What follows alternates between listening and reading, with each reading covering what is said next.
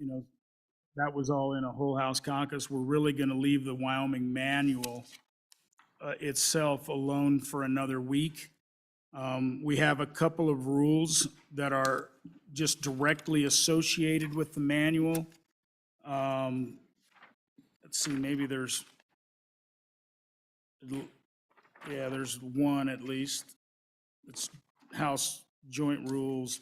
That's a joint rule, so let's talk about, yeah, there's a House rule too that deals with the manual. I think if we pass changes to the manual, do you want to go over anything, or do you want me to just kind of run for a little bit? I'll just run for a little bit, and then I'll use you when I need you. And if that's all right. And so we have a proposed change. If we were going to adopt changes to the manual, then it was thought to basically try to make the House rule similar to the Senate rule, and that was the proposed change to 1-1 manual and make it more similar to what the Senate currently has.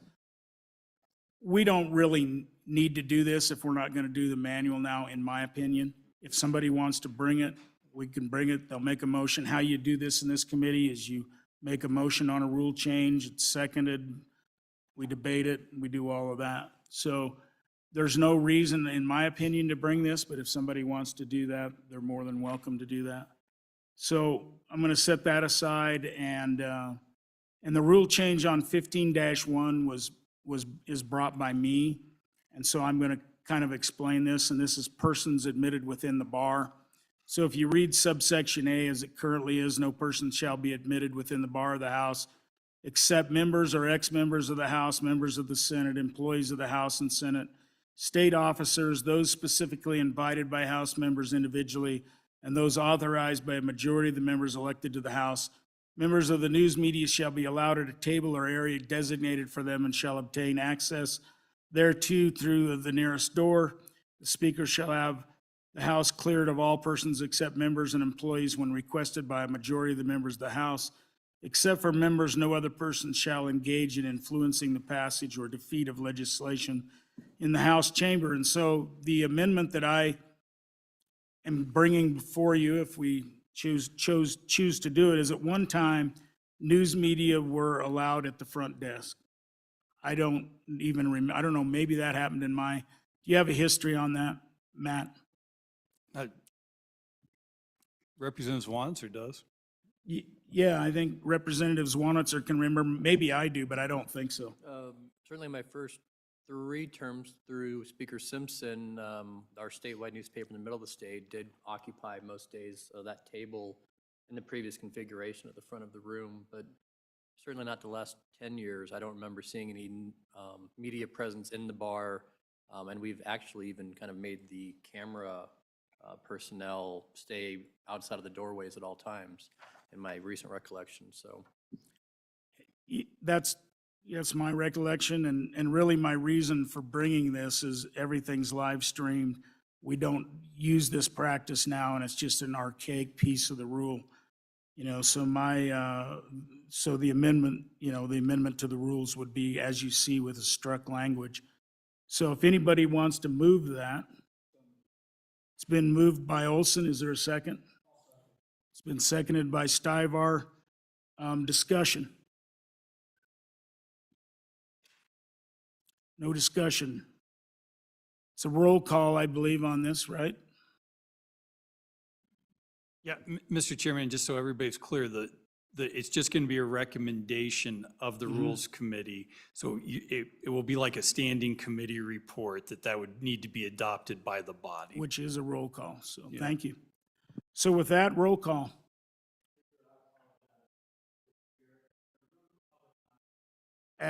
Absolutely. Please come on up.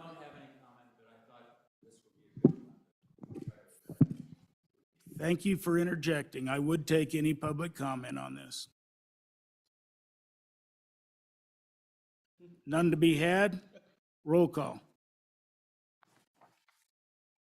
Representative Crago, Aye. Representative Jennings, Representative Nyman, Aye. Representative Oakley, Aye. Representative Olson, Representative Rodriguez Williams. Aye. Representative Stivire. Representative Stith. Aye. Representative Washut. Aye. Representative Yin. Aye. Representative Western. Representative Zwanitzer. Chairman Summers. Aye. 13 ayes. That bill will be recommended to the body, and Representative Yin, will you floor manage that rule?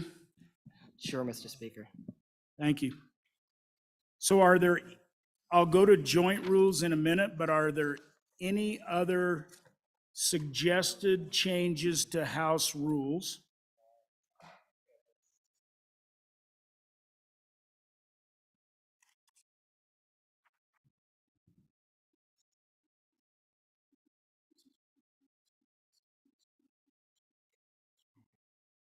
And if you want me to come back to these after we do the joint rule, or if you're ready, if you've got anything?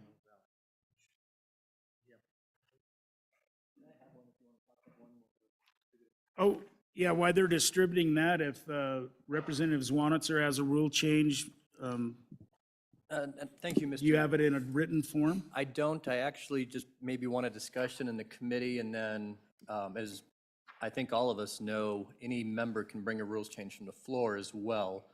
But I did see an interesting phenomenon last year, and this is it's 11-3, and it's our amendment to budget bills. Many of their members, when we, Can I stop you just for a second? Did folks bring their rules book? Because even, as chairman, I forgot mine. But I'll look at somebody else. Awesome. Awesome. Share if you don't have them, so. All right, please continue, Representative Zwan. and for those who don't have the rules book, thank you, Mr. Chairman. 11-3, we put in 12 years ago. This is on budget bill amendments, that if they exceed $100,000, we have to have a roll call vote. That was in my 5th term, financial difficulties. And so I think in everyone else's memory, anytime a budget amendment exceeds $100,000, regardless of if it's unanimous or not, if it's over 100,000, we have to have a roll call vote. This past session in 2022, we had 2 budget amendments. I don't know if you all remember, but they strategically came in between $95,000 and $99,000, not requiring that roll call vote. When we put this section in 12 years ago, that was roughly the cost of a position, salary benefits. A lot of those budget amendments in the old days were, are we going to approve a position or not? And I guess my question now in the new environment, inflation, et cetera, is that $100,000 limit still appropriate? Should it be $250,000? You know, the rough cost for salary benefits for a state employee ends up, I think, about 160, maybe higher for the biennium now. So just as I've been kind of watching interesting strategies, that was one that caught my eye last year, that people were specifically writing them to come right under that $100,000 threshold. I didn't know if anyone else had comments or concerns on that. So Representative Zwanitzer, do you have a motion or anything you want to make on this? Sure, Mr. Chairman, do I have to have I think I have to have a change. Do I have to have a change in writing? I don't believe I No, have this to. is a committee So like I'd any make, other. And I would, if we were doing a lot of language, it might get a little difficult, but I'm thinking you're doing a dollar thing. Sure, Mr. Chairman, I'd make a motion to change that $100,000 figure to $250,000 to require a roll call vote. So that's a motion. Is there a second? Is there a second? It's been seconded. Discussion. Let's do public Chairman comment. Summers, who made the second? Second, Yin. Thank you. We'll do public comment and then we'll have discussion. Any public comment? Oh, I'll do public comment and then I'll come back. Any public comment? Absolutely. I should ask that first. Representative Slagle, please come on up to the front.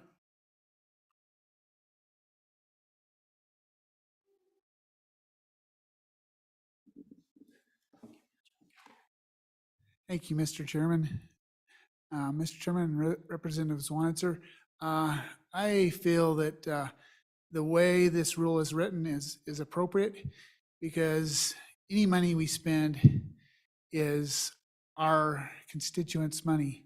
And when we start getting over $100,000, they need to know who is voting how on this kind of money. Thank you. Thank you. Would anybody else like to comment? All right, public comment closes. Back on the rule, Representative Stivar. Thank you, Mr. Chairman. I'm going to be a no on this amendment. I believe that this goes back to the transparency of when we vote on things. So I'll be a no vote on this. Representative Rodriguez Williams. Thank you, Mr. Speaker. Question, does this preclude, would this rule change preclude anybody from being able to go up to the podium and request the ayes and noes? Any member of the House? That's a question I can't answer. Representative Zwanitzer. Mr. Chairman, I believe previously to this, and this is only about a 10-year old rule, previously, any member can still call for the ayes and noes on any vote. Except in committee of the whole, isn't that correct? Oh, well, then this amendment is just to the budget bill. Yep. But on any budget amendment, you certainly can. And as many of us remember, we do frequently have unanimous budget amendments. I think the suicide hotline was pretty close. And several others that maybe if it's unanimous, we wouldn't have to take a voice vote. But I just thought, seeing some of the games being played with this one, it was a discussion worthy of this committee. Please, Thank you, Mr. Speaker. Just follow up for discussion on the topic of the amendment. I'll be a no vote. I believe we're called to be good stewards of taxpayer dollars, and I believe this rule should stay in existence. Thank you. thank you. Any other comment from committee members? Representative Yen. Thank you, Mr. Speaker. So 12-4 is call for ayes and noes, and it's still the same. Any two members can call for the ayes and noes. I think, so my copy is just like a bunch of notes in the copy of the 65th rules, and so I've been amending it as we did the 66th. I think the $100,000 amount was actually amended in the 66th legislature. To provide some context, my recollection is that the discussion was about whether it made sense to call the ayes and noes on every budget amendment when it was like $1,000. Did that make sense to call it for the ayes and noes? And so I think that $100,000 is put in there, but I think the reason that I seconded it was that, again, that's one position's worth of person. I think it makes sense to not continually have people play games around it, but also it's not necessary for that low an amount of money when we're talking about a multi-billion-dollar budget to call the ayes and noes for every single time. Thank you, Mr. Chair. Any other comment? Representative Jennings? Thank you, Mr. Chairman. So recollection, I think, and maybe we could ask Matt, I believe before this 100,000 was put in, I think you're right, probably just a few years ago. Prior to that, it was any change, up or down. I think it was every change we had to make, we had to vote on. And so this was, 100,000 was put in just a couple of years ago. And prior to that, and if I'm wrong on that, Director, correct me, please. Director Obrick, do you have a memory on that? You know, Mr. Chairman, I think Representative Jennings' recollection is correct, that any increase too. or decrease to a budget, to a monetary amount, there are budget bill amendments that don't deal with an increase or decrease to a budget, so those never have required, in my recollection, the ayes or noes. That's my recollection as well. Representative Stivar. Thank you, Mr. Chairman. I do have the 65th manual with me and the 66th. And the 65th, 11.3 says, except for the $100,000 is not in the 65th manual. So that was put in during the 66th, like Representative Jens said. Perfect. Any other comments? Not, we'll have a roll call. I don't know. It's a rule.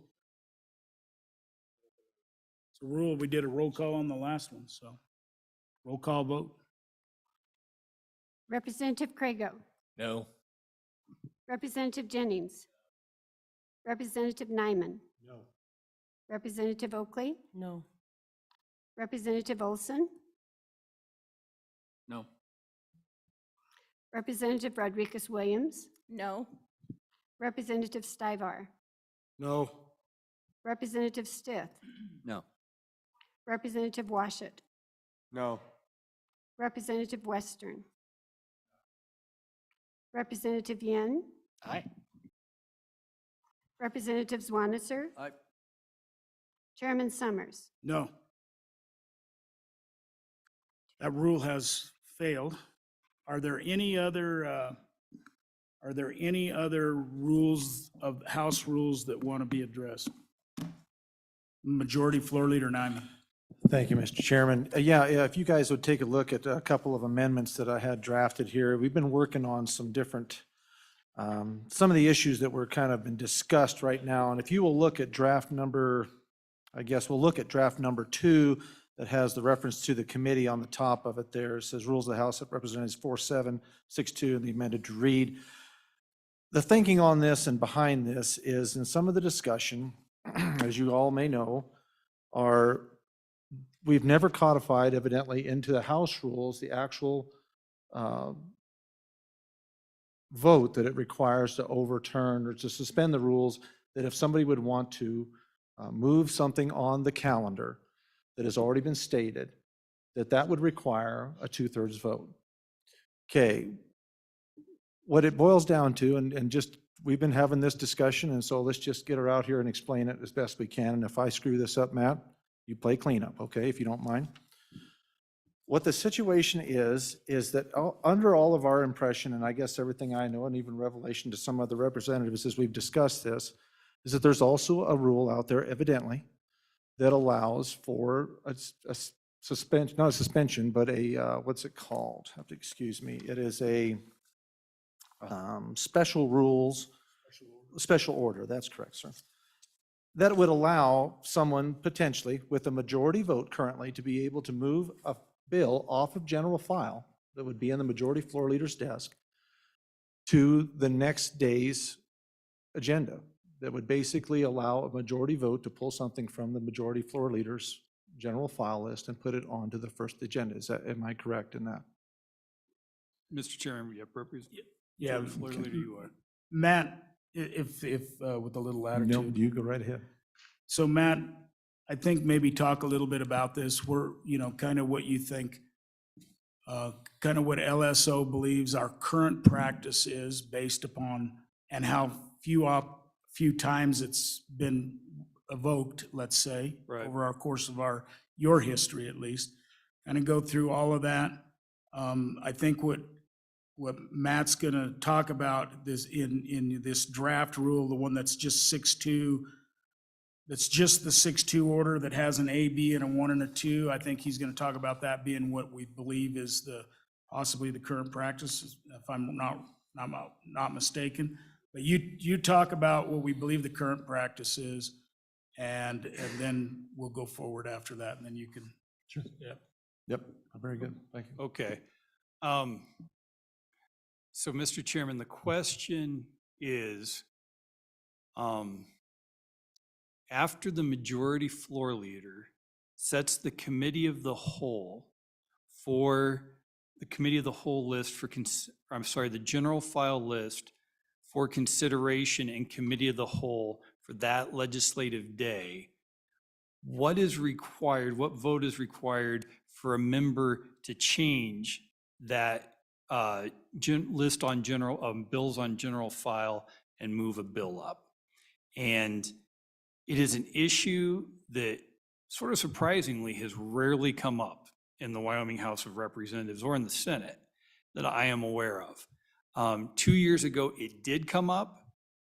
A motion was made in the committee of the whole on the last day calendared for consideration of bills on general file in the House of Origin. And based on advice from LSO, the Rules Committee and the Speaker at that time found that for that particular motion, it required a 2/3 vote because you had to suspend the rules. And you had to suspend House Rule 3-4, because it was our interpretation that when you want to change that calendar on general file set by the majority floor leader, it requires a special order. And under House Rule 3-4, in the order of business, special orders can only be brought up after the committee of the whole is done. So when that order was sought within committee of the whole, House Rule 3-4 had to be suspended. And Mr. Chairman, that is the only instance that I can remember, that any of us could remember, of an actual affirmative motion being made on the floor to change that committee of the whole list set, or that general file list set for consideration in committee of the whole by the majority floor leader. Thank you. And then, so as we look at this other potential rule change to actually put in what may be in practice now in rule, you could change the order if you did it on a subsequent day. So if you went to the mic at the appropriate time after committee of the whole, and you said, I want to bring this bill that's somewhere down, way down below, I want to bring it and have it heard first 2 days from now. If that would be, that would only be a majority vote to make that. Is that what LSO believes is a fact? So, Mr. Chairman, if the committee looks at the proposed rule change that is Rules of the House 6-2 as amended to read, this is essentially a codification of what I think the practice is required under your current rules, precedents, and Mason's standards. And the new addition B states the majority floor leader shall specify the order in which bills on the general file shall be considered in committee of the whole pursuant to subsection A of this section, meaning that the majority floor leader can't list a bill that comes out of committee without recommendation or with a do not pass above any bill with a do pass. That's always been in the rules. A motion to amend the order of consideration of bills on general file during the committee of the whole made by a member who is not the majority floor leader is a special order. And then I'll go through these. The reason we carve out majority floor leader there, the ability of the majority floor leader to change that, is that happens all the time. The majority floor leader will move bills up and down the general file in committee of the whole for the efficient operation of the legislature. Either a member will come to the majority floor leader and say, hey, I got to get out of here. I've got a bill up in a Senate committee. Can you do my bill next? Or LSO will come and say, hey, we're working on amendments still on this House bill. Will you move it down the list for us so we can get those amendments out? So that's why the majority floor leader just can simply do that at his discretion. But we specify here in paragraph 1 that a 2/3 vote of the elected members is required to sustain a special order that states that the bill shall be considered in committee of the whole on the same legislative day that the special order is made, or if the special order is made on the last calendar day for committee of the whole in the House for either House bills or Senate files as applicable. And that really is because of House Rule 3-4, which puts special orders in the order of business below committee of the whole. So you'd have to suspend Rule 3-4 to consider a special order to move a bill up on general file once that calendar is set and you begin that legislative day. But under paragraph 2, if you're done with committee of the whole, you can come out and in that order of business for special orders, you can make a motion to move a bill up and hear it on general file for the next or subsequent legislative day by a simple majority vote. That is what that change to 6-2 provides. Mr. Chairman, the other draft rule you were handed out that states changes to Rule 4-7 and 6-2 is proposed to state that the speaker has the authority whether to introduce a bill and refer it to a committee or not. And if he decides to refer a bill to a committee, the House may on motion refer the bill to another committee. So what this clarifies and what isn't in your current rules is that to actually take a bill from the speaker's desk and refer it to a committee made by a member will take a 2/3 vote if this rule is adopted, because you would have to suspend Rule 4-7 now. What it also specifies under 6-2, the new B, is that once the majority floor leader sets the order on general file, any motion to change that general file order will take a 2/3 vote to do so. And you won't be able to do it for the next legislative day except by 2/3 vote. So, Director, thank you for that. And the current practice on bringing a bill out of the speaker's drawer is a simple motion to, bring it out, bring it to a committee. Other than committee of the whole, it's a majority vote motion currently. It's a majority vote currently pursuant to Mason's Section 493, I believe, Mr. Chairman. And there really there hasn't been a lot of that until recently, I would say. It's not, in your historical past, has there been a lot of bills pulled out of the desk of the speaker for? Mr. Chairman, there has not. There has been more discussion about that and attempts than I believe moving a bill up on general file to do a motion for that, but there hasn't been a handful of actual attempts that I'm aware of in both the House and the Senate. Thank you. Yeah, we had a few last year, so I know, and maybe one actually did, and then it failed introduction. At least that was kind of our memory. So Majority Floor Leader Nyman, now that we've had an explanation of these, maybe you can talk about where you would like to go or what your thoughts are. Sure. Thank you, Mr. Chairman. I guess committee, here's what, just to lay it out here for you.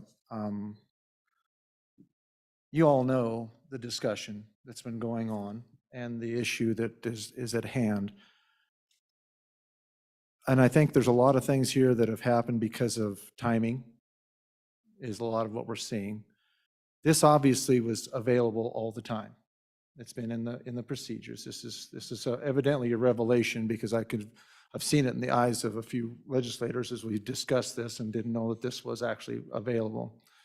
And so the discussion then proceeds on to, well, then there's been a rule change, and now all of a sudden there's revelation of this, and then we're going to start to see changes in how bills are moved around as the majority floor leader, which previously you just figured if he had it, you had to go work with him to get it out of there.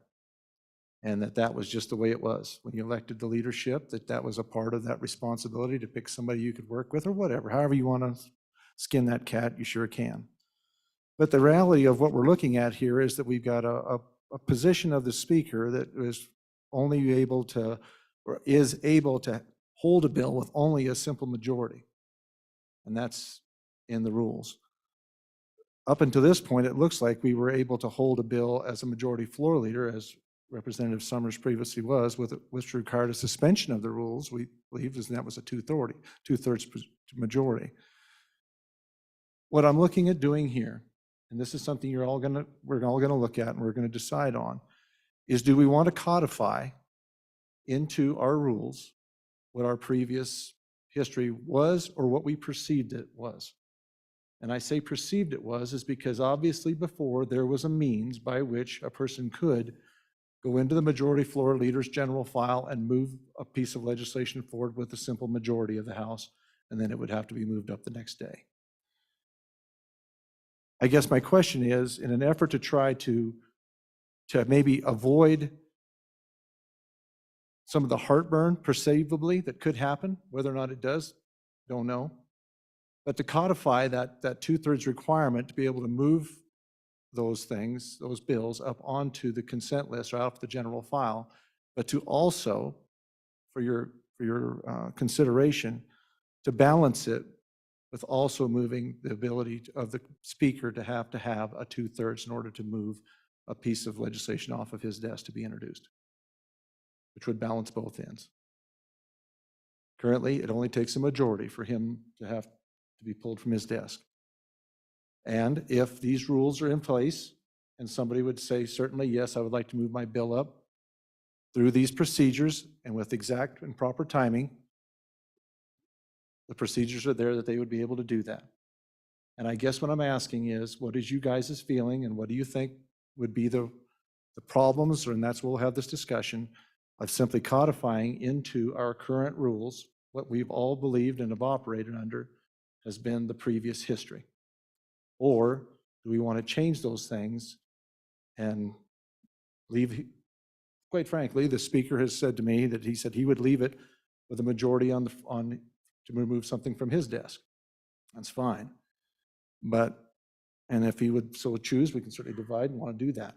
But I personally would see that if we would decide to do this, I think it needs to be balanced. So. Thank you, Mr. Majority Floor Leader. You know, just, so basically what you have here is two options. The amendment, well, you have three options, which is do nothing, which is what our current practice is. Basically, 6-2 AB, Romanet I-2 is the perceived procedure that we would have currently today, looking at Masons and our history. And then if you look at the other side, you got 4-7, 6-2. This would be a change.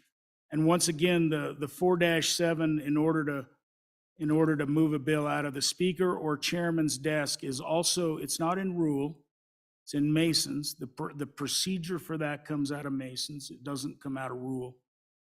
And so this would be basically codifying. Let's just, rules are codification. We would be codifying a different practice than we have today if we pick the 4-7, 6-2. That doesn't mean it's wrong. It just means we have to decide what we want to do. And so before we make a motion, I'm going to do a little roundtable discussion on it, right? Let's just have a little visit. So I'd entertain just a discussion at this point. So Representative Stith, Speaker Pro Tem Stith. Mr. Chairman, Mr. Speaker, thank you very much. So I guess from my point of view, the current system doesn't seem broken. So if we adopt a rule, if we adopt one of these versions, it seems like adopting the version that incorporates historic practice makes sense. I don't see that we have chaos in the House.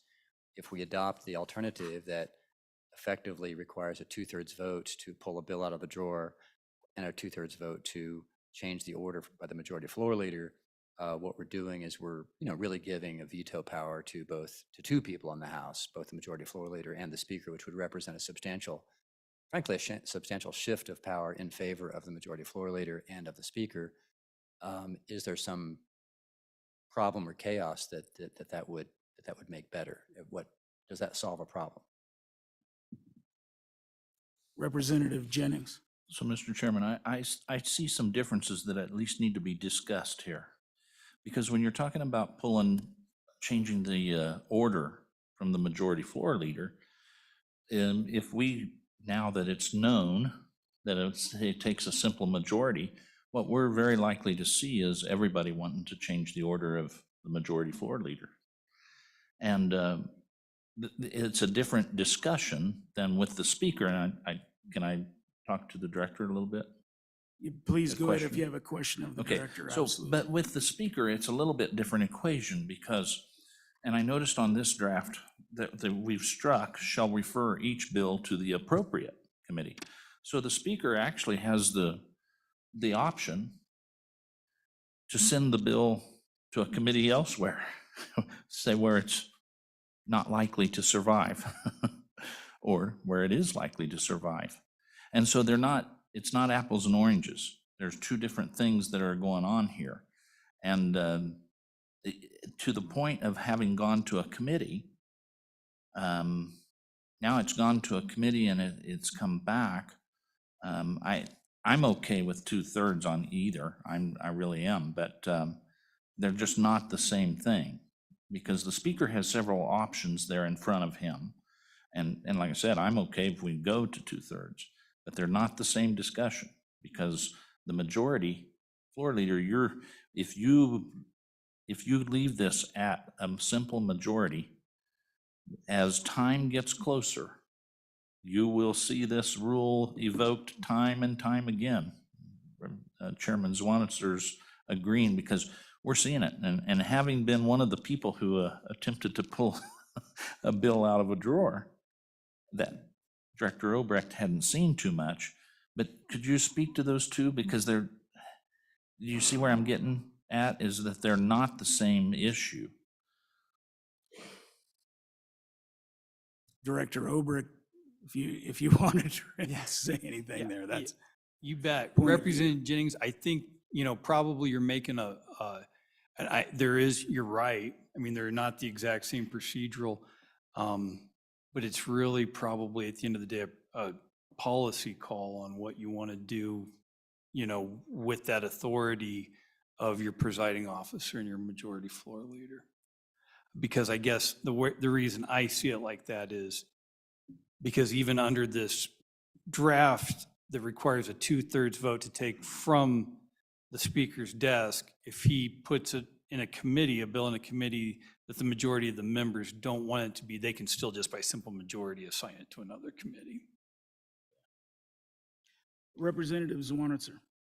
Thanks. And, part of me wants to lament where we are in historical practice. You didn't dare even motion to pull a bill out of the speaker's desk my first 8 terms. But I do think one important thing we might be missing is at least adding a standing committee. It's one of the most important things of the legislature is to make sure a bill goes to a standing committee for public comment. And we have seen some motions where maybe it's in the speaker's prerogative to send it directly. The way I read this, any committee would be a committee of the whole and be able to refer it directly to the floor. And I do think I've seen twice where that's probably important. It's late, it's a correction of a previous bill, it's something we agree on.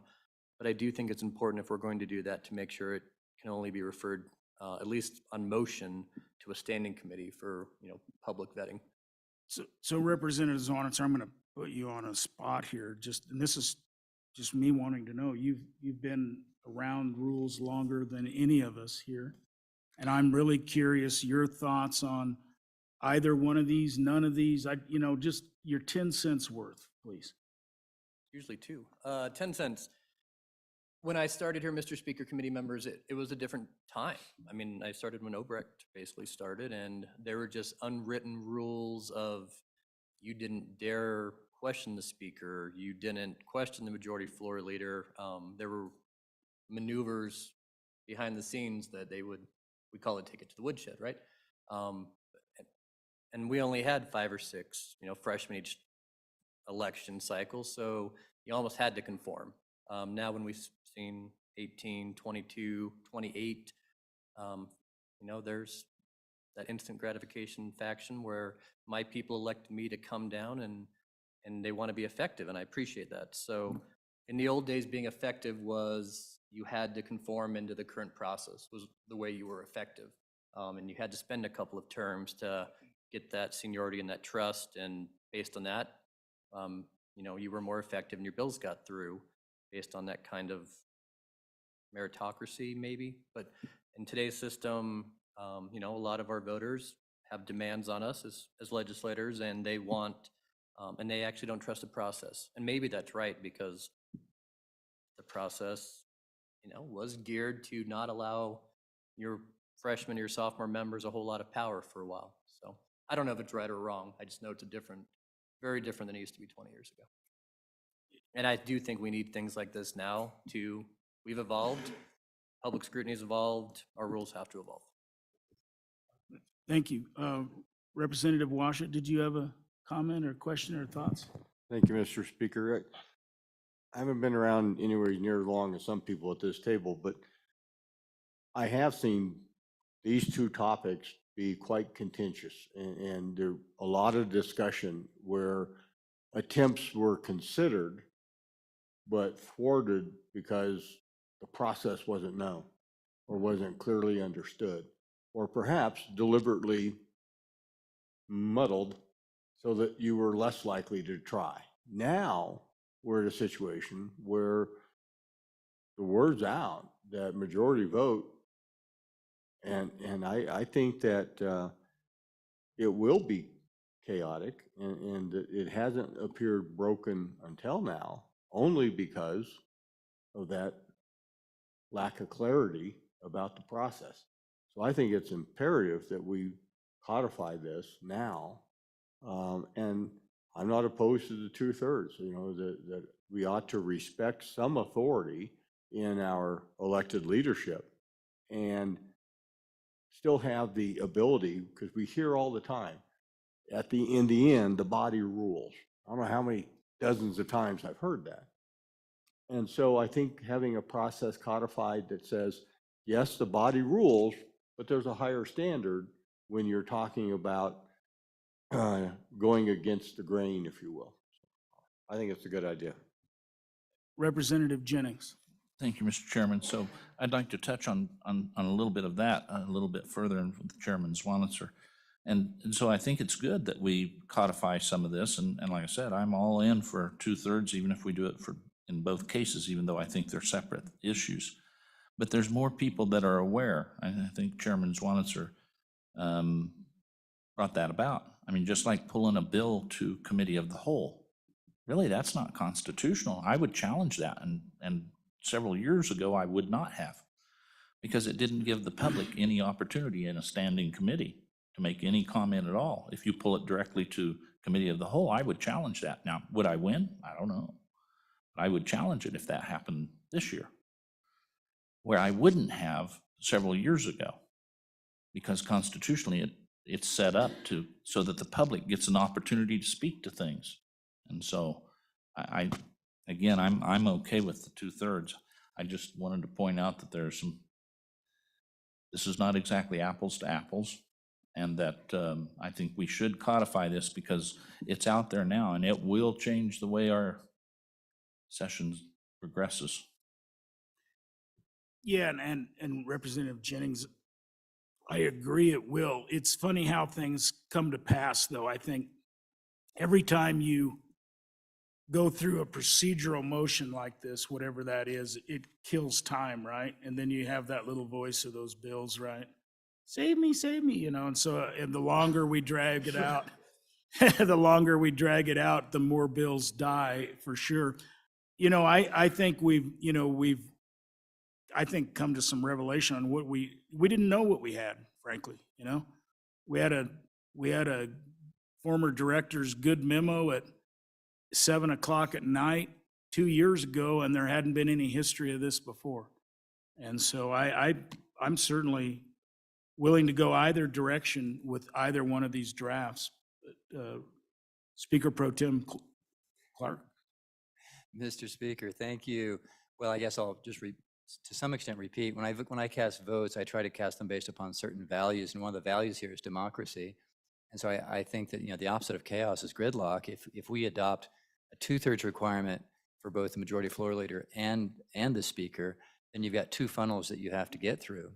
And I don't think it's too burdensome on the chamber to vote on things. I don't think it's burdensome to us to have to potentially cast more votes and to stay later at night if someone feels really strongly about their bill and the majority of the chamber feels really strongly about some bill and our constituents may also want that. I don't see the harm in having a majority rule. I don't think majority rule is a threat to us. And so I would prefer to not have the rule change, and it's not a codification of what we're doing. It would be a rule change to give this blanket 2/3 authority to both the majority floor leader and the speaker. So thank you for your indulgence. You bet. We're still just kind of beating the bushes here. So go ahead, Representative Olson. Sorry, Mr. Speaker. I wanted to weigh in too. I agree with the Speaker Pro Tem. I think that if we're espousing a policy position that that we believe that the body always rules, but then we changed the standard to 2/3. I think those are saying two different things. 2/3 is a very, what is it, the unholy, undemocratic 2/3 that Representative Harshman would tell us it is. So I think those are saying very different things. I am not as concerned either with this quote unquote word being out. I think that's highly reactionary when we don't know what that's going to look like. Is every member really are 30 members going to try to move their bill up? I doubt it, because it will probably happen one or two times and they won't have a majority vote, and they'll realize how much time we wasted and how much time we spent on it. So I don't know that that's going to be the case. I'm very hesitant to lock in 2/3 is saying a lot. We're binding future legislatures to a fear that we have right now based on a discovery of our interpretation of the rules that we have, based on a fear of what we think the House of Representatives is going to do, and we haven't actually seen it occur yet. If we were looking at this, 2 years from now, and we saw how much time this bogged us down, sure, I think I'd be a little more inclined to consider it. But I would just really caution on moving to binding. I like whoever said it best, that you're really giving two officers a veto power. You really are, and the body doesn't control anymore when you do that. So those are my thoughts.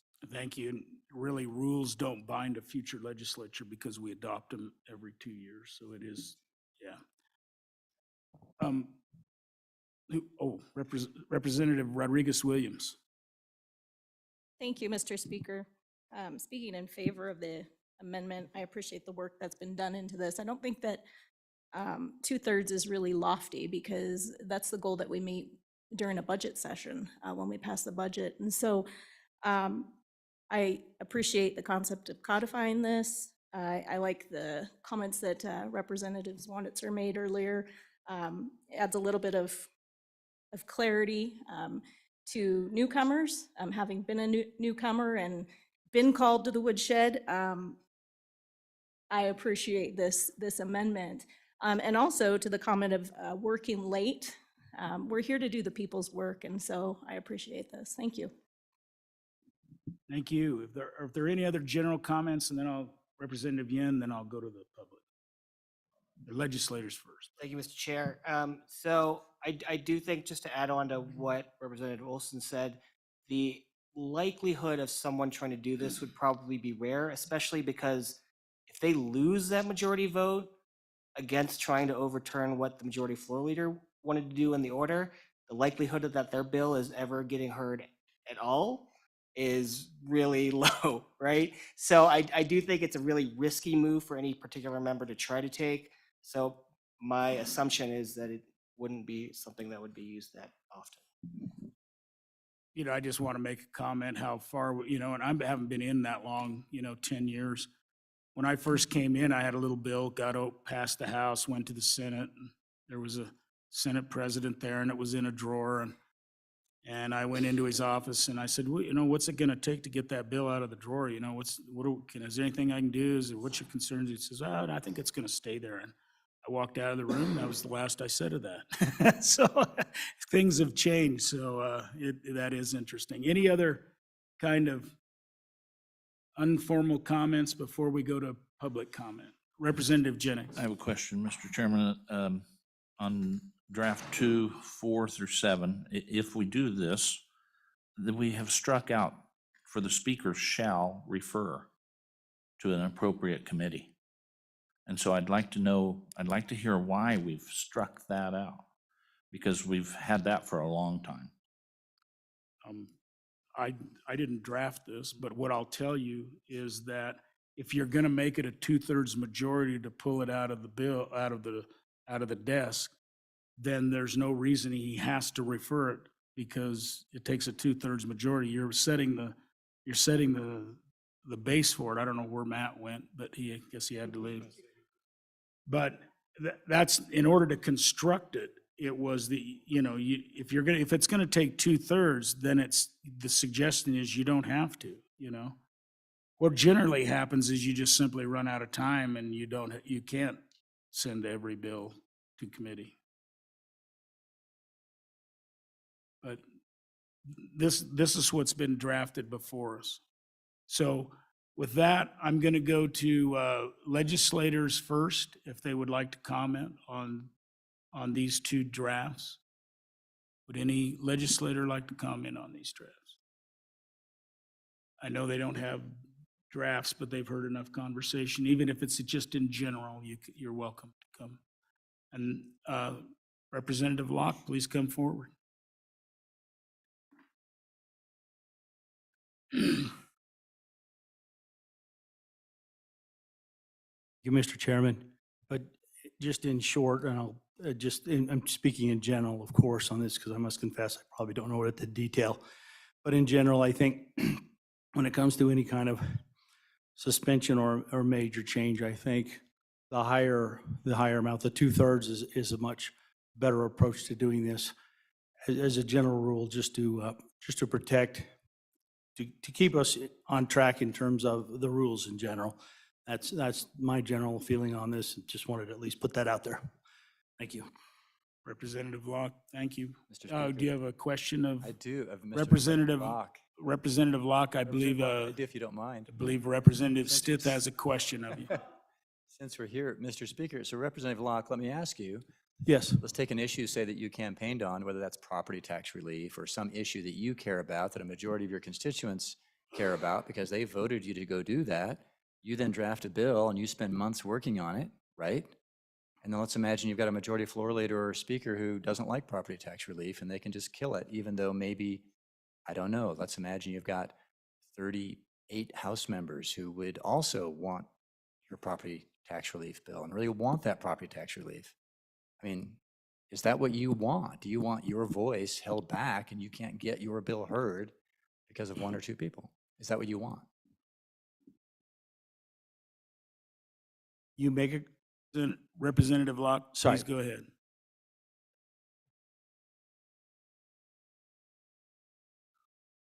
I'm sorry, Mr. Chairman, Representative Stith. I understand your point. I do. I think that, but when, in general, I think from my understanding, and now please, I'm basing this on my understanding, and again, I don't have the history you do here, of course. But my understanding that to some degree, this is we're suspending a rule that I think in general has been perceived as been exercised to be able to remove this. So I understand, and I fully suspect that some of my bills may not be brought up. And so, but my understanding was that as a general rule, this 2/3 to change the rule, if you will, if I'm stating that properly, has been used. And all I'm advocating is I'm saying, I think that's a good approach to continue with. That's my interpretation. And again, please understand that some of that is my limited understanding of the history, of course, and what I've heard and looked at. Thank you, Representative Locke. With that, I think we're done. No other questions of Representative Locke? Thank you. So Matt, Representative Jennings had a question on basically on the amendments to 4-7 and the deletion of shall refer. And my recollection was that in order, if you're going to make it a 2/3, then he has the ability to not refer, in other words. I mean, it's just implied if takes a 2/3 to, is that correct? But I'll let you. Yeah, Mr. Speaker and Representative Jennings, that's exactly right. The rule right now states that the speaker shall refer a bill to the appropriate committee. But it's not self-executing, I mean, somebody has to bring a motion to say, hey, the speaker hasn't done this action, and so that's why I moved to take it from his desk and assign to whatever committee.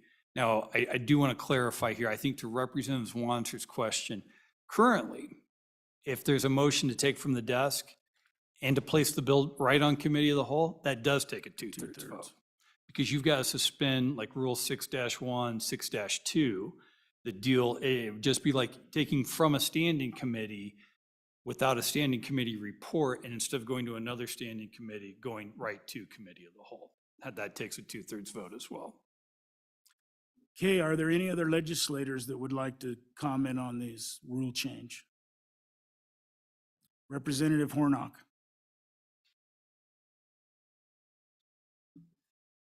Thank you, Mr. Chairman. Just thinking about this kind of change, the historical precedence of this House, as bills have moved through, there has been a process that has happened to those bills the whole way through. And we know that process, we're familiar with that process, whether it's written or unwritten, it seems like there's, the various readings, the committees, it's just gone that direction.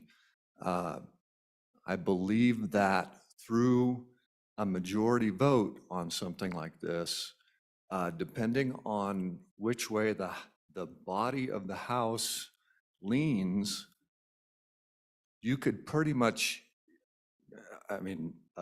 worst case scenario, you could pretty much usurp the power of the Speaker and the Majority Floor Leader and just have those bills.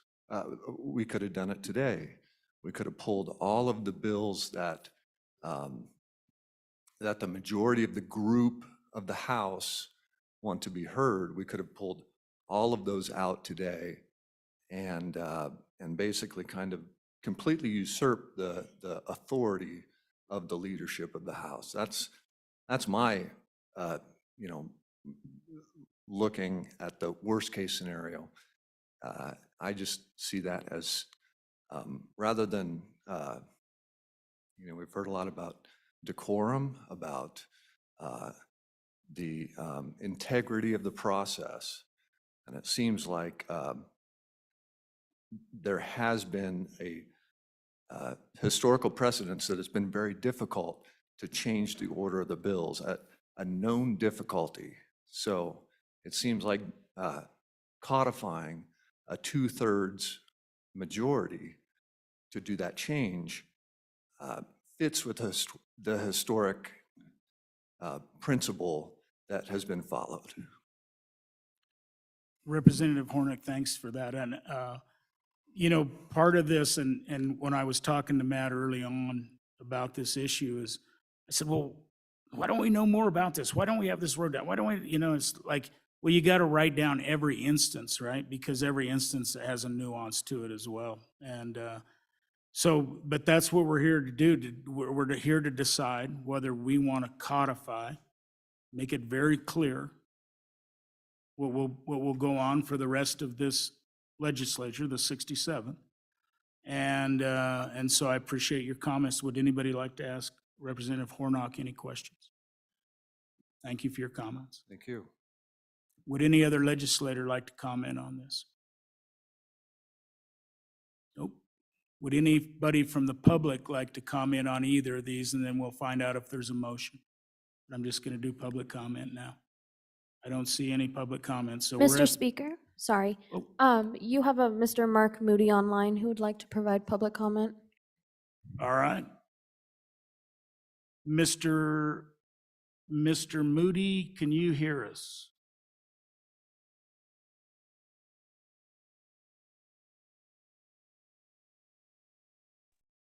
Hello, can you hear me, Mr. Speaker? Mr. Moody, I can hear you now. All right. Go ahead. Please provide your comment. All right. Thank you, Mr. Speaker, leaders and members of the Rules Committee. I just wanted to say I support the 2/3 aspect. I think that it will prevent chaos. As an email I sent, there was testimony in August about how if it was just a simple majority, it could create more problems. So I support the 2/3 majority that was brought there, and I'd be happy to entertain any questions. Thank you for your comments. Would anybody like to ask the gentleman any questions? Not? Thank you for your comments. Thank you. Any other public comment? I don't see any, so I'll close public comment. And if anybody would like to move either one of these drafts, please do so now. Mr. Majority Floor Leader. Mr. Speaker, Mr. Chairman, I would like to move Rules of the House of Representatives 4-7 and 6-2 are amended to read. I would move that's draft number 2 of that particular. It's the one that would allow the speaker and the majority floor leader to require a 2/3. Is there a second to the motion? It's been moved and seconded by Stivar. Okay, comments on this version? Any comments? Any comments? Representative Crago. Thank you, Mr. Chairman. So, I mean, we sat here today thinking about rule change, and what's being proposed, just so everybody's clear, is different than historical practice. We are changing the rules from as they currently sit. I'm actually okay with it, because this is how I operate on a day-to-day basis anyways. I'm not going to be challenging the decisions of our floor leader or our speaker. That's just not what I'm going to do. So personally, I'm okay with this rule change, but I just want everybody to be clear that it is a rule change. It's not how we currently operate. It's very different. It will have, as we've heard, it's going to change how we operate on the body in some people's minds, not in mine, but it will change how some other people operate. So I'm going to be in favor of the rule change, but knowing that it is a rule change from how we operate today. Representative Washut, did you have some comments? Thank you, Mr. Chairman. I think most important is that we put something in writing so that legislators in future years will know what I didn't know for the first 4 years that I was a legislator, exactly what this process looked like. I didn't know. I asked different people and I got different answers. I had no idea. So I think it's valuable to get something in writing, whether it's this or not, but something that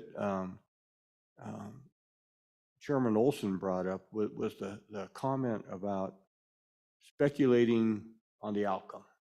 My gut tells me there are going to be a lot of people try to utilize a majority vote and move this stuff.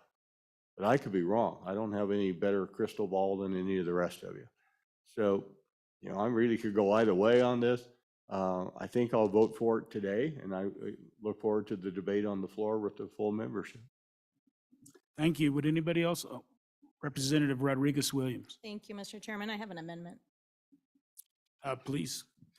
I move that under 4-7, after the word "and refer a bill to," I'd like to add "a standing committee," a standing. Did everybody get that? Is there a second to that? Seconded by Jennings. Is there any comments on that amendment? Representative Zwanitzer. A friendly amendment for, we're all agree on. I think you want to put standing committee in 2 spots. Speaker has to send it to a standing committee, and then also I would hope the motion would say if there is a motion on the floor from the body to move it from one standing committee to another. If that's Is that a friendly. friendly amendment? Mr. Chairman, Representative Zwanitzer, yes. Thank you. Is that friendly to the second? It's friendly to the second. All right, all those in favor of that amendment signify by saying aye. Aye. Opposed? Motion carries. We're back on the rule. Are there any other amendments? Mr. Chairman, Representative Jennings. I might have an amendment, but I have a question first on the first part of this amendment. Can I go down that road just a little in discussion? Yeah, the question, if you want to. Probably Matt would, Okay. or Representative Zwanitzer, whoever can remember. I believe I had this conversation with the director last year, but I can't find it this quickly. If we pass this and we strike this, shall refer each bill to the appropriate committee. The conversation that I had either with you or someone else had to do with a rule or, and sorry, my memory is not that great on this. that had to do that if a bill came from the opposite chamber, the presiding officer in the opposite chamber was obligated to assign. I don't know if you remember that conversation or something about that. And so if we strike that, is there a complication that we're creating another problem somewhere where we're obliging the presiding officer to assign because it has been through a committee and through the other house? And I thought it was in the joint rules, but Mr. Chairman, I'm not having luck finding it. But I know I had the conversation about that. So Director Obrick, you got any clarification? Mr. Chairman, Representative Jennings, I don't remember that exact conversation, but I think what it was the language of Rule 4-7 as it currently states. It says the speaker shall refer a bill to committee. I mean, it seems to be a directive. And that's for either a House bill or a Senate file. There's no joint rule that I can think of that requires the presiding officer, but I think it's the use of the term shall within Rule 4-7 that would require that as well. But again, it's not really self-executing, the rule itself. It requires a motion to enforce. Representative Jennings? well, Mr. Chairman, I'm a little uncomfortable with striking this.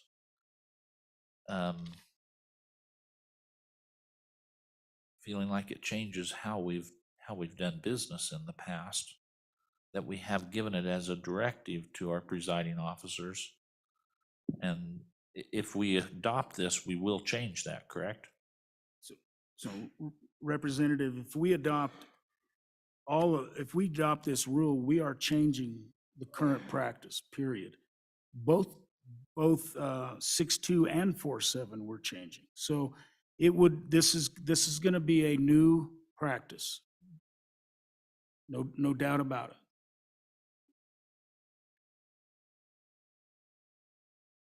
Representative Jennings? Without the clarification, Mr. Chairman, I'd be inclined to divide the amendment. That's your prerogative, Representative Jennings. I just feel uncomfortable that we need to know what we're striking out there and the directive. So what is your division, Representative Jennings? I'd like to see them split between 6.2 and 4.7 till we get that clarified how to do that, or that we're not harming other. Okay, it's been moved to divide. I don't know that requires a second, so we'll just divide that. We'll vote on 4.7 separate, the changes to 4.7 separately, then the changes to 6.2. Which one would you like to start with? 6.2, Mr. Chairman. 6.2. All right. Any further comments on 6.2? Representative Crago.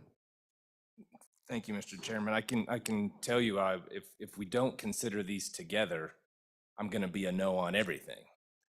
We either have to do this in whole or not at all, because that's the only fair way to do this. Right now, as the rules set, the speaker and the majority floor leader essentially are treated the same. We can override their decision with a 50% plus one, simple majority. If we divide these, then we're going to change how that looks and possibly pass one and not the other. The only way I'm voting aye on the 2/3 is if we treat both positions exactly the same. Mr. Speaker. Representative Stith. Mr. Speaker, I appreciate Representative Crago's wise judgment, and I think we should vote no on this division for 6-2, precisely because if you defeat 4-7 but pass 6-2, then what you have is the majority floor leader becomes the most influential person in the House, right? Period. End of story. And so I'm going to vote no on both divisions. So correct me if I'm wrong, but if we kill both divisions, we've killed the proposed rule change, and I don't believe that's a motion that can come back up. at this meeting. So Mr. Chairman, that's, somebody can bring it to the floor, but it could not come up at this meeting. So, Mr. Chairman. Mr. Majority Floor Leader. Thank you, Mr. Chairman. If I may ask, Representative Jennings, what is the issue of clarification that you're needing, that you're uncomfortable with there? Representative Jennings? Mr. Chairman, I actually would withdraw my division. I think we could maybe fix this another way by putting the 2/3 into both and perhaps leaving the shall in until we get better clarification as to what we're striking out. I don't mind withdrawing the division. That's your prerogative if you want to withdraw the. I'll withdraw it, Mr. Chairman, Okay, at this point. The division has been withdrawn. And Representative Jennings, I don't think if the authority is to the speaker to do it 2/3, the only way you can do that is get rid of a shall refer, because that is the essence of how you get the authority for the 2/3.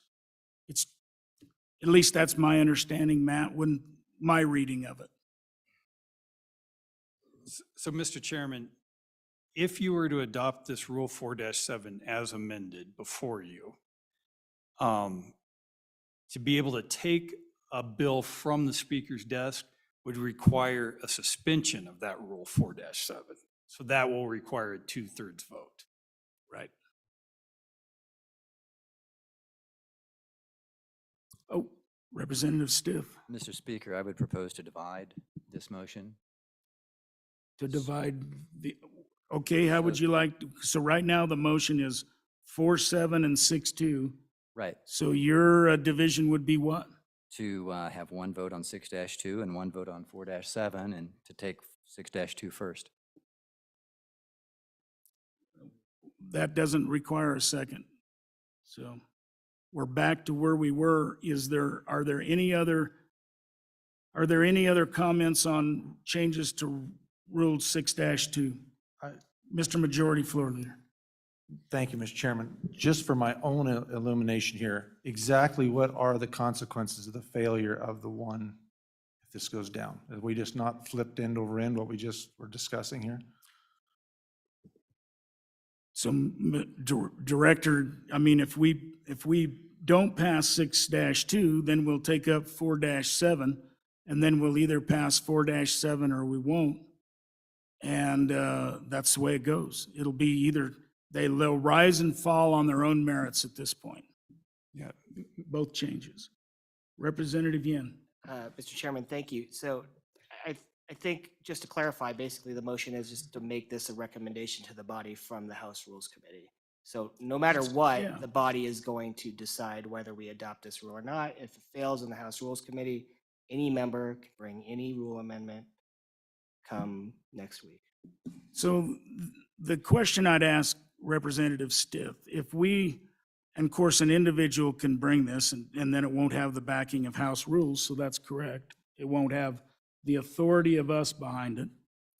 But if this doesn't look good to everybody, then we do something different. But you've made your division, so we're gonna plow ahead.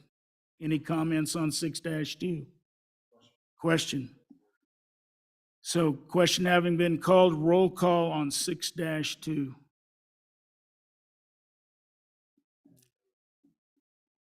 Representative Craigo? No. Representative Jennings? Representative Nyman? Aye. Representative Oakley? No. Representative Olson? No. Representative Rodriguez Williams? Aye. Representative Stivar? Representative Stith? No. Representative Washut? No. Representative Western? Representative Yin? No. Representative Zwanitzer? Nope. Chairman Summers? Aye. 5 ayes. 8 noes.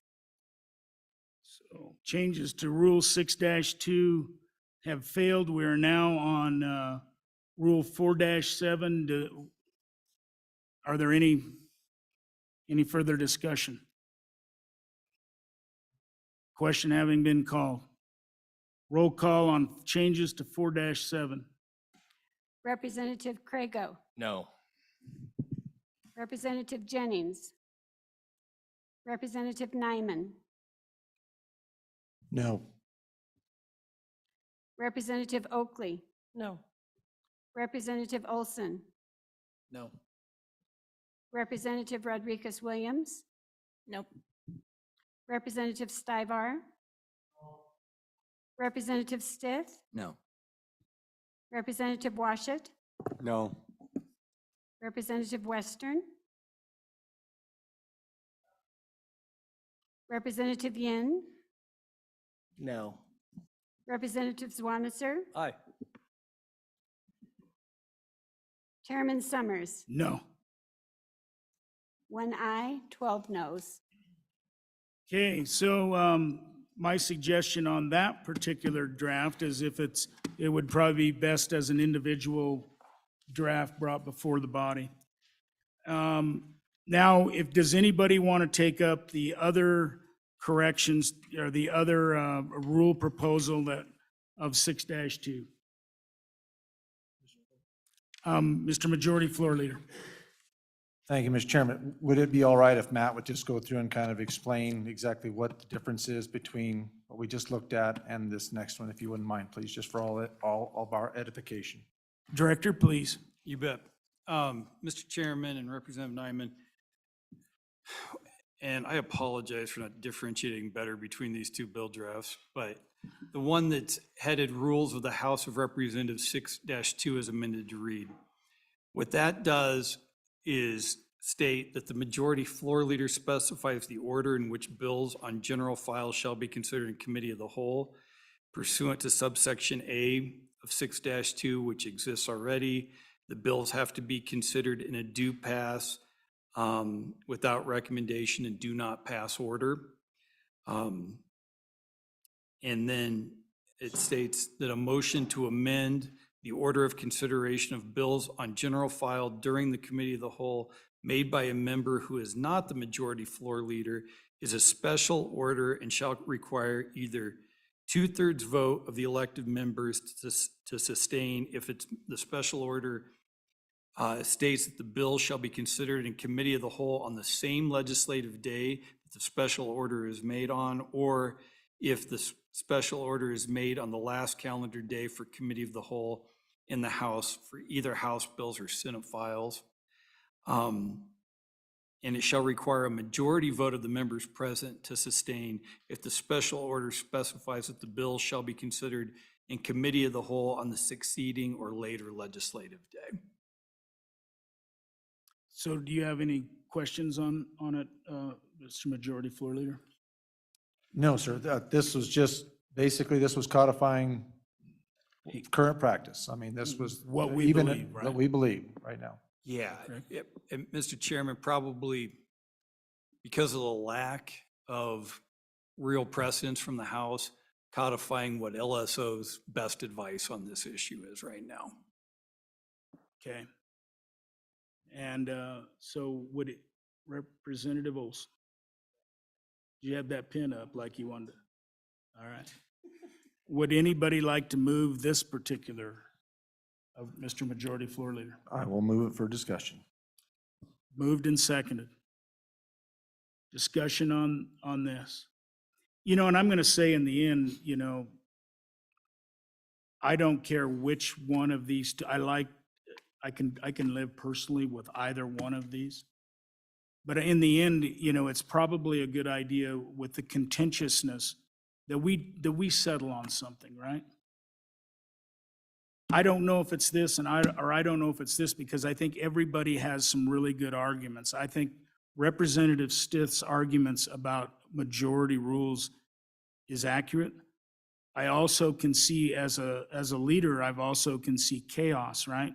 So why don't we start out the session with people just pulling bills out of my drawer, and I don't have to try to follow that script, right? I can just follow the next script. Y'all can just have at it, right? So there's reasons that we want to have order in the end. And so I think it's good because I was also moved by the discussion of Representative Zwanitzer early on.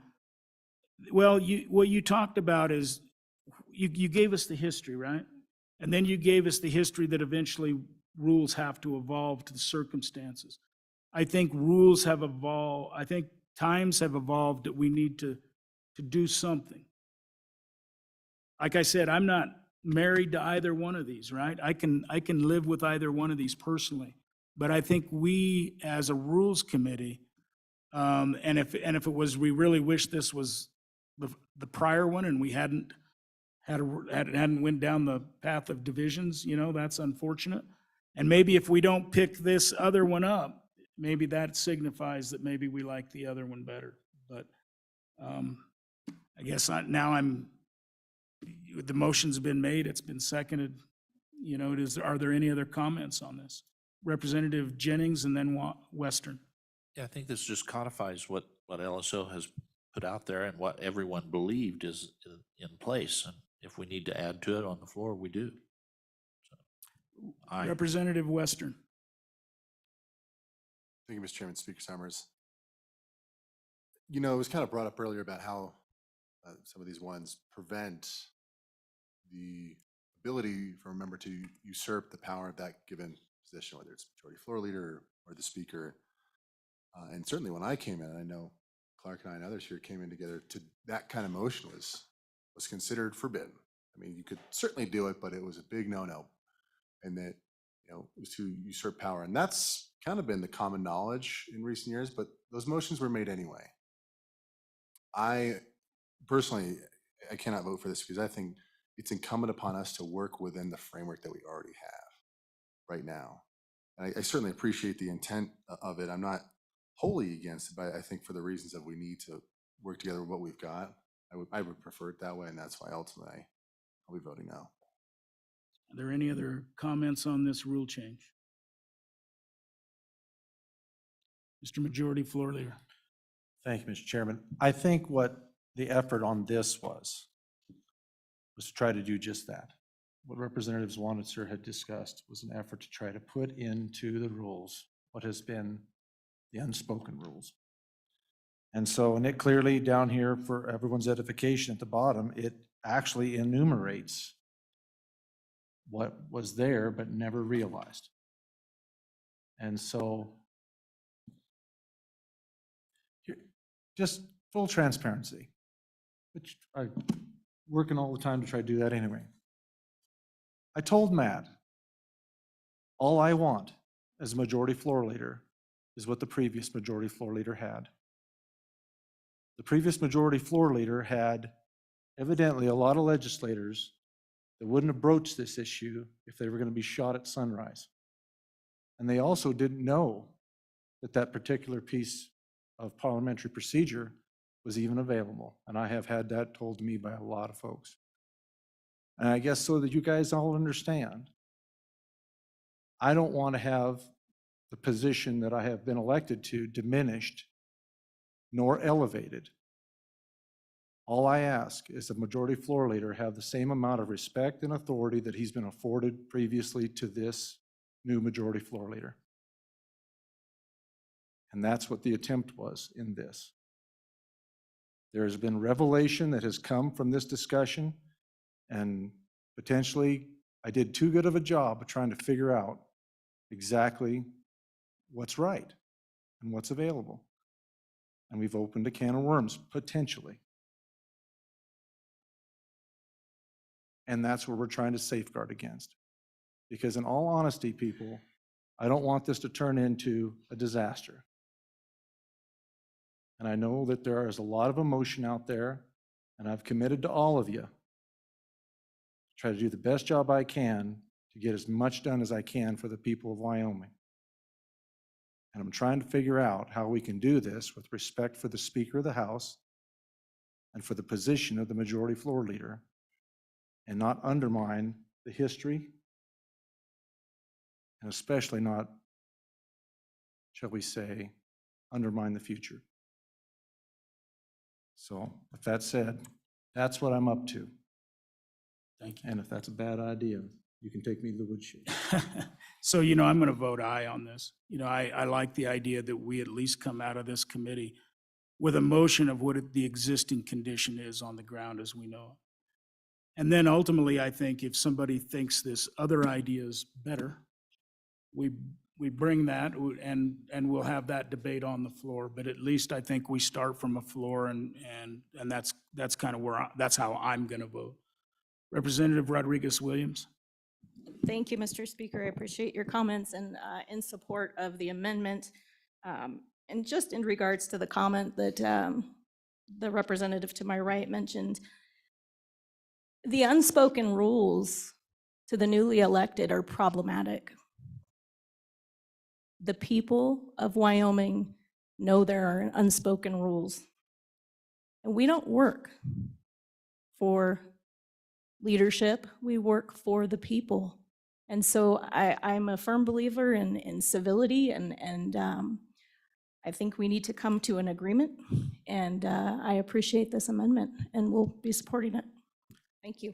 Thank you. And, you know, just a quick comment on that.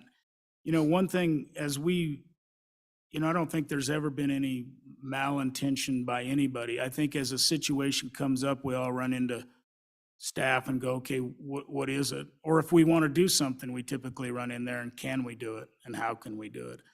And so I think what we've learned, and I didn't know all of this, right? I brought them, you know, I didn't bring a bill up. It took a 2/3 majority on the last day 2 years ago. That was the first time that had happened in anybody's memory. So we're learning, we're evolving, and we need to move on. And whether this ultimately ends up being what is adopted on the floor, I at least think we will know that we're bringing forward what our staff believes is the current practice if push come to shove, if they have to give that opinion.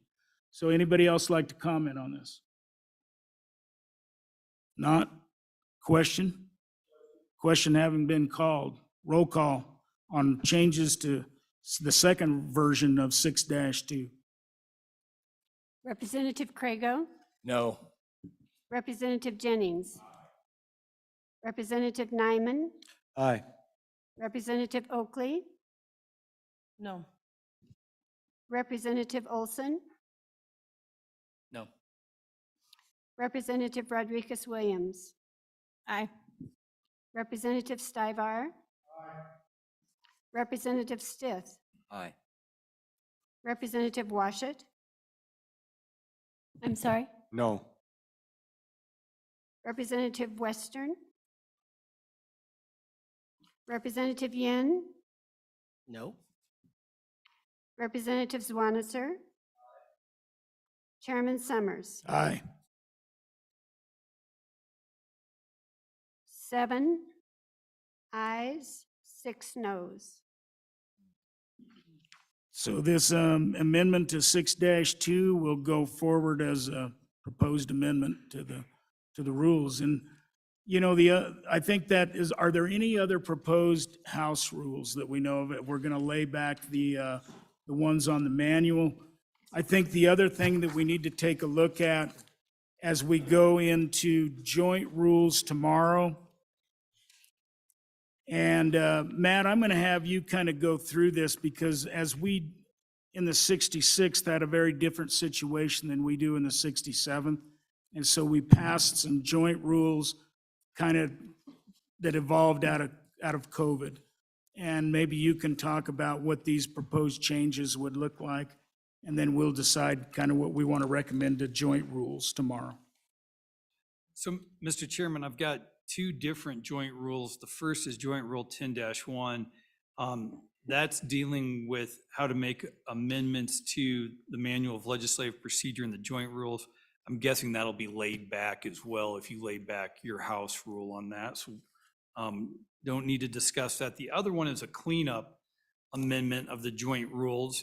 It repeals Joint Rule 9-3, Joint Rule 11-3B, and Joint Rule 23-1. I listed those, or printed out the text of those rules in your proposed rule. Joint Rule 9-3 just gave the Select Committee on Coal Mineral Bankruptcies the authority to sponsor and introduce legislation. Under 28.8.104E, they did not have that authority, but 28.8.104E by its term says that a joint rule can give a select committee the authority to do it. So that's what that was for. The select committee ran its course. You can see it was time limited to the 2020 and 2021 session. 11-3B states that, and this was kind of crazy even to talk about, but the way we had to do the 21 general session, if you'll remember, vaccines were just becoming available for COVID. We had to be able to get vaccinated and then wait for the vaccine to become effective before we could come back in to general session. But we had to meet because the Constitution says you have to meet on, the second Tuesday in January. So we met, adjourned, held some committee meetings, and then met remotely for a while, and then actually didn't come back in fully into general session until March. Didn't think it was a good idea to try to adopt rules within that weird hybrid session. So said that they would be needed to be adopted by the 12th legislative working day. That is time limited just to the 21 session. 23-1 is just a rule that deals with some other weirdness associated with that 21 general session and the ability to appear remotely.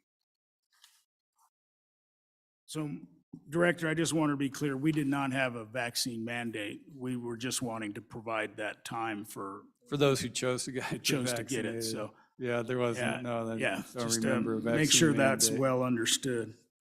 And so are there any questions of Matt on these? Nope. All right. Are there any comments from the public on these repealers to the joint rules of the 66? Nope. No legislators, no public. All right. With that, I would entertain a motion on this. Been moved by the majority floor leader, seconded by Representative Washut to basically to repeal these sections of joint rule, and this will be a recommendation to joint rules tomorrow from the House. Okay. No comments, question? Question haven't been called. All those in favor of these repealers signify by saying aye. Aye. Well, we got it now. I don't know if we have to roll call because this is a recommendation to joint rules. It's not going. Roll call and joint rules. Yeah, we'll have the roll call and joint rules. So all those in favor signify by saying aye. Aye. Opposed? Motion carries. All right, thanks. Are there any other business committee? Not, we're stand adjourned.